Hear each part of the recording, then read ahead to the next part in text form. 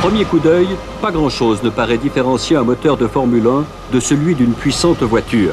Moteur atmosphérique à 8, 10 ou 12 cylindres, soupape, piston, arbre à cames, le vocabulaire est pareil, mais la comparaison s'arrête là.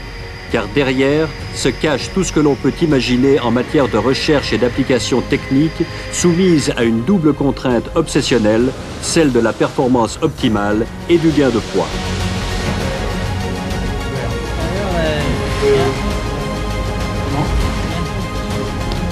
Chaque élément du moteur V10 RS3 de 3,5 litres de Renault fait l'objet d'un développement permanent dans cet univers de haute technologie et de recherche. Construit essentiellement en aluminium, il accuse un poids de 135 kg, peut développer plus de 700 chevaux à un régime atteignant les 14 000 tours minute.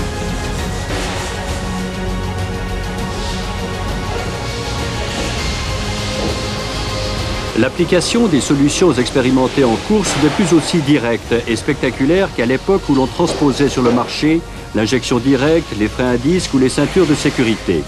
Aujourd'hui, on s'exprime en termes d'alliage, de gestion électronique, de molécules, de matériaux composites, de distribution pneumatique, de mélange gommeux.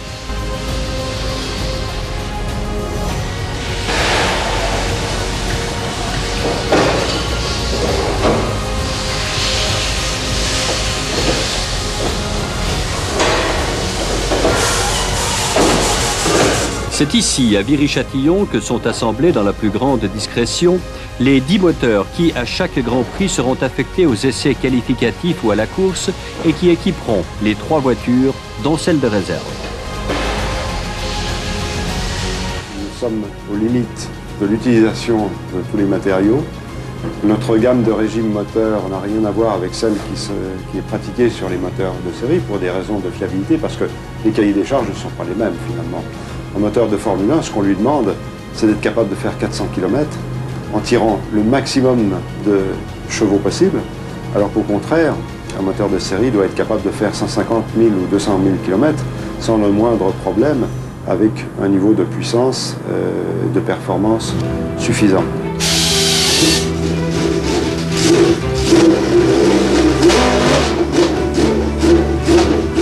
Le banc d'essai auquel est soumis chaque moteur est une sorte de salle d'examen dans laquelle tout est poussé à l'extrême. L'étude de fonctionnement porte aussi bien sur les moteurs dits de qualification, appelés à fournir le maximum sur un seul tour, qu'en fiabilité, lorsqu'il s'agit de tenir le temps d'une course.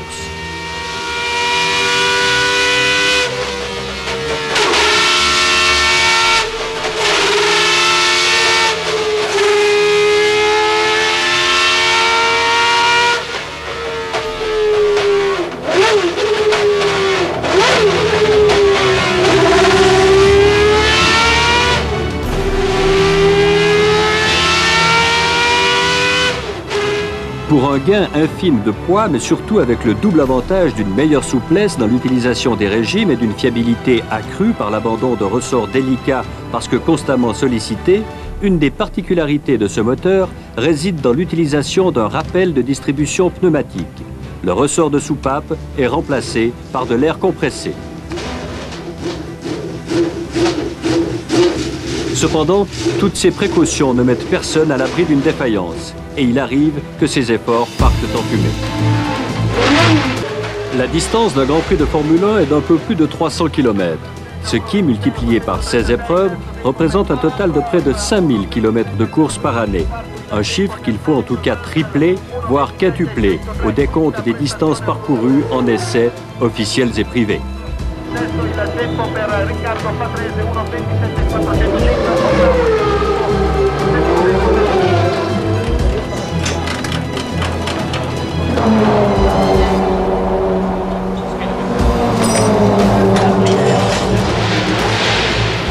Difficile lorsque l'on met un châssis à nu et que l'on travaille en concurrence directe et immédiate, sous des yeux et des objectifs indiscrets, de préserver certains secrets de conception et de fonctionnement. D'où cette forme d'espionnage permanent et réciproque. Nous observons plutôt sur le plan technique. C'est ce que nous avons l'habitude de faire. Comme nous travaillons à peu près tous sur la même chose en même temps, quelquefois des modifications d'apparence du moteur, de comportement, nous indiquent sur les difficultés que peuvent rencontrer nos concurrents. ou la façon dont ils ont résolu un problème. Bon, je crois qu'au-delà de ces observations, il n'y a rien de plus méchant. On dit par exemple que vous avez des instruments qui permettent à tout le monde de savoir exactement à quel régime tournent les moteurs de vos concurrents. Oui, oui, tout à fait. Mais ça, je dirais que ça fait partie des moyens techniques dont tout le monde dispose de façon assez simple pour savoir un peu où en sont les concurrents, enfin savoir où en sont les uns et les autres. Il s'agit simplement d'enregistrer au bout de ligne droite le niveau sonore des moteurs, connaissant le nombre de cylindres. Par un dépouillement acoustique approprié, on arrive parfaitement à savoir à quel régime tournent les moteurs de nos concurrents. Et je crois que ça, tous les motoristes le font. Ça veut dire que finalement, tous les motoristes savent exactement où en sont les autres, leurs concurrents en matière de régime.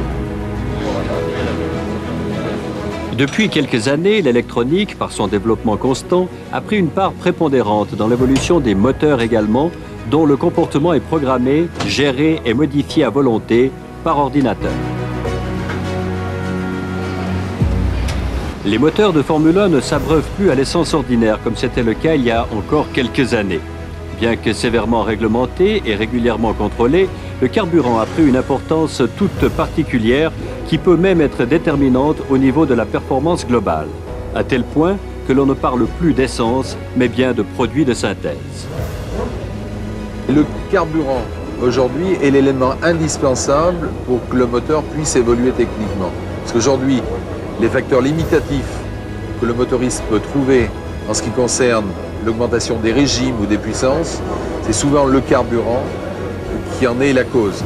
Donc c'est à nous, pétroliers, de proposer des solutions originales pour dépasser ces insuffisances. Les Formule 1 sont gourmandes. Elles consomment plus de 60 litres au 100 km d'un carburant très spécial.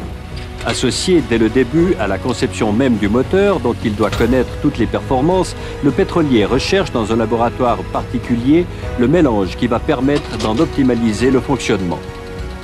L'analyse des effets de chaque solution sur les divers éléments du moteur revêt une importance primordiale, tel par exemple le contrôle des dépôts de combustion. Quant à l'auscultation durant le fonctionnement, elle est possible au banc d'essai avec l'utilisation du rayon laser.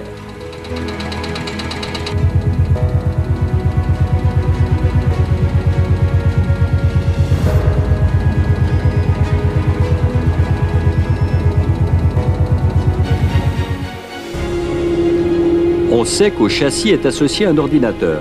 Au moteur se greffe dorénavant un type d'auscultation nouveau qui, depuis 3 ans, est devenu une composante indispensable à la réussite en Formule 1. Seules les grandes écuries, aux moyens presque sans limite, peuvent s'offrir ce luxe nécessaire. Conséquence de l'évolution de l'informatique et des télécommunications, la télémétrie, car c'est d'elle qu'il s'agit, a révolutionné le mode d'investigation des moteurs qui sont dorénavant placés sous surveillance permanente pendant leur fonctionnement. Les informations recueillies sont de tous ordres et peuvent concerner simultanément plus de 60 paramètres.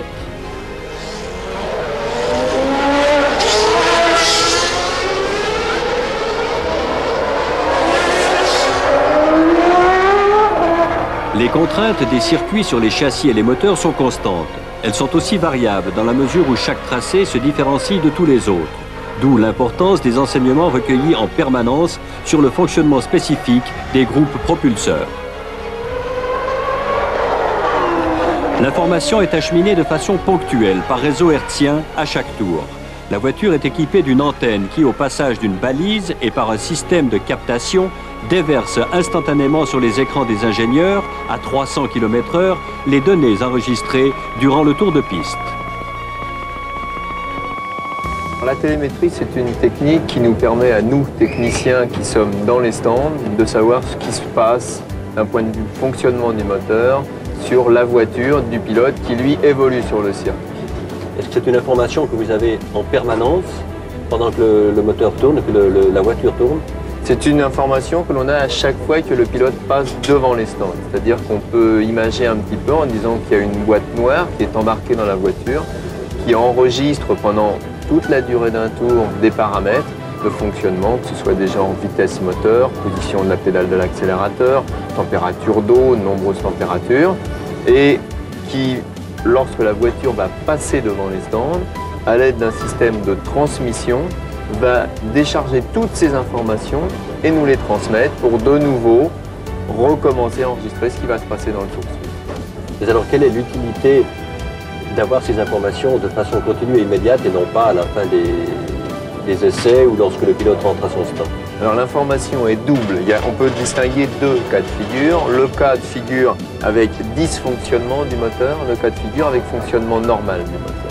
S'il y a dysfonctionnement du moteur, cet outil nous permet de corréler les informations du pilote avec ce que l'on peut observer. C'est-à-dire qu'on va pouvoir s'apercevoir par exemple que c'est l'indication de l'ouverture de l'accélérateur qui n'est pas bonne par exemple.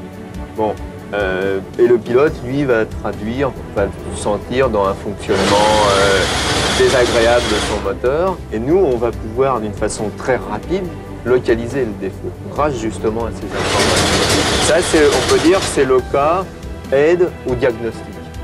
Vous pouvez, je pense, alors informer le pilote par radio de l'éventuel dysfonctionnement et lui demander d'apporter des corrections, comme par exemple des corrections dans le mélange. Alors oui, alors ça c'est ce que l'on peut, c'est ce que je mettrais dans la deuxième facette, c'est-à-dire optimisation du matériel qui est à sa disposition. C'est-à-dire que, de façon générale, le pilote ne peut pas par lui-même réparer un dysfonctionnement. Ça c'est notre affaire, et c'est lorsque la voiture est immobilisée qu'on va le faire. Par contre, là où l'on peut piloter le pilote, en course notamment, c'est sur la façon par exemple de gérer son essence.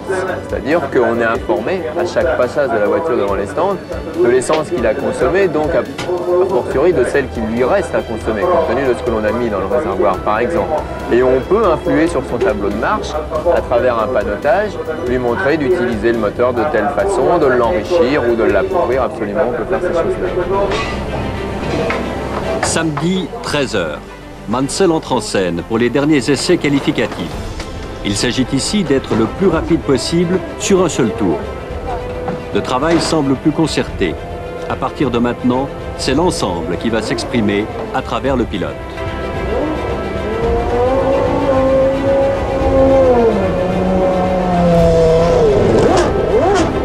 Installé dans le cockpit de son bolide, Ricardo Patrese, lui, suit sur écran l'évolution et surtout les positions de ses adversaires.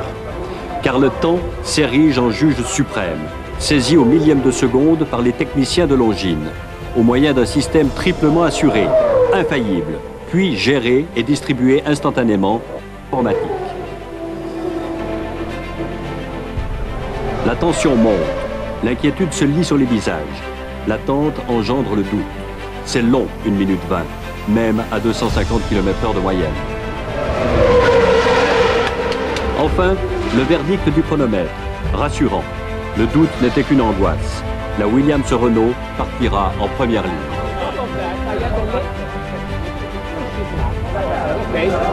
De retour au stand, le pilote traduit parfois avec véhémence les sensations qu'il a ressenties durant ce tour effectué à la limite absolue de ses possibilités et de celles de sa machine.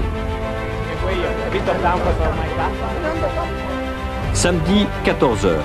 Dans 24 heures, c'est la course. Contrôle, vérification, démontage, auscultation, tout est à nouveau passé au crible. Telle ici l'analyse des huiles dont un échantillon est prélevé qui, grossi 100 000 fois par un microscope électronique, révélera les infimes traces d'usure.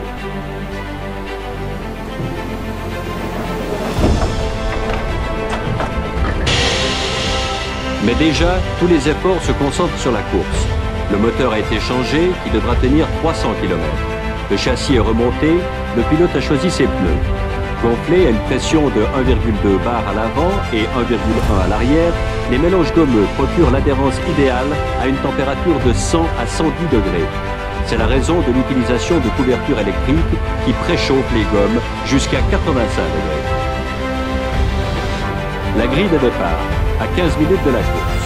Une dernière fois, mécaniciens et ingénieurs démontent, vérifient, apportent les ultimes corrections et remontent. Le travail n'est jamais fini, la voiture n'est jamais prête.